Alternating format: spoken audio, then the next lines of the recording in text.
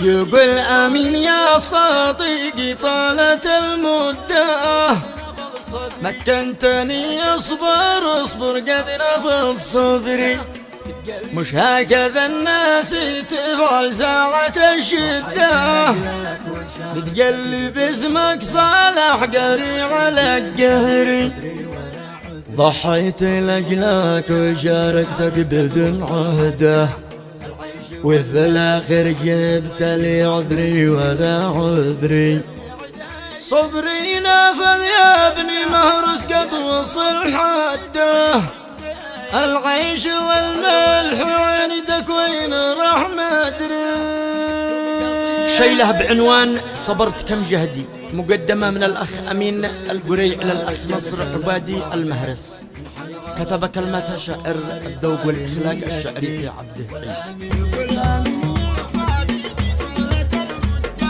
يقول آمين يا صديقي طالت المدة، مكنتني اصبر اصبر قد نفض صبري. مش هكذا الناس تفعل ساعة الشدة، بتقلب اسمك صالح قهري على القهري. ضحيت لأجلك وشاركتك بدون عهده، وفي الآخر جبت لي عذري ولا عذري. صبري نفذ يا ابني مهرس قد وصل حده، العيش والملح عندك وين راح مدري. يحيى ابن عدها قيس يشرد 100 شردة، أبيات موزونة تعقل عندها يدي. شاعر وأبيات شعر ورث من جده، يكتب قصيدة ويلحنها على قدي.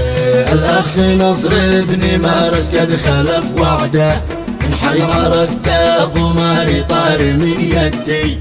والآن جيت أطلب حقي فعل برده، وكل ما جيت لا ألزم مع حدي. تحسب أخي لي في ساعة الشدة، لكن خسارة ويا وكل عليك ربي. خسرت ربعي علشانك في العودة، وانت لي هكذا يا شيخ تفعل بي. جيت أطلبك حقي لو شي قمت في رده، والله ما كنت أظن انك عتلعب بي. الجيد يا نصر ما عمري خلف وعده، وفي بوعده وقولي قولي مش كذبي.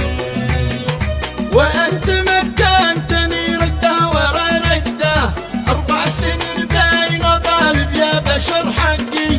كنت احسب الربح يوصل من وسط يده، لكن طلعنا خسارة صفر من شرقي. ما حد في الوقت يا دنيا وفى عهده، والحمد من أعرفه وقت الهجوم شقي. والشكر لابن الرزام ذي فعل جهده، نشهد انه رزا حضار في حربه. دخل في المشكلة مثل الأسد وحده، عبد الله ابن الرزام يحفظه ربي. إنساني مقدامي لا قبله ولا بعده، يستاهل الشكر يوصل من وسط قلبي. إنساني مقدامي لا قبله ولا بعده، يستاهل الشكر يوصل من وسط قلبي.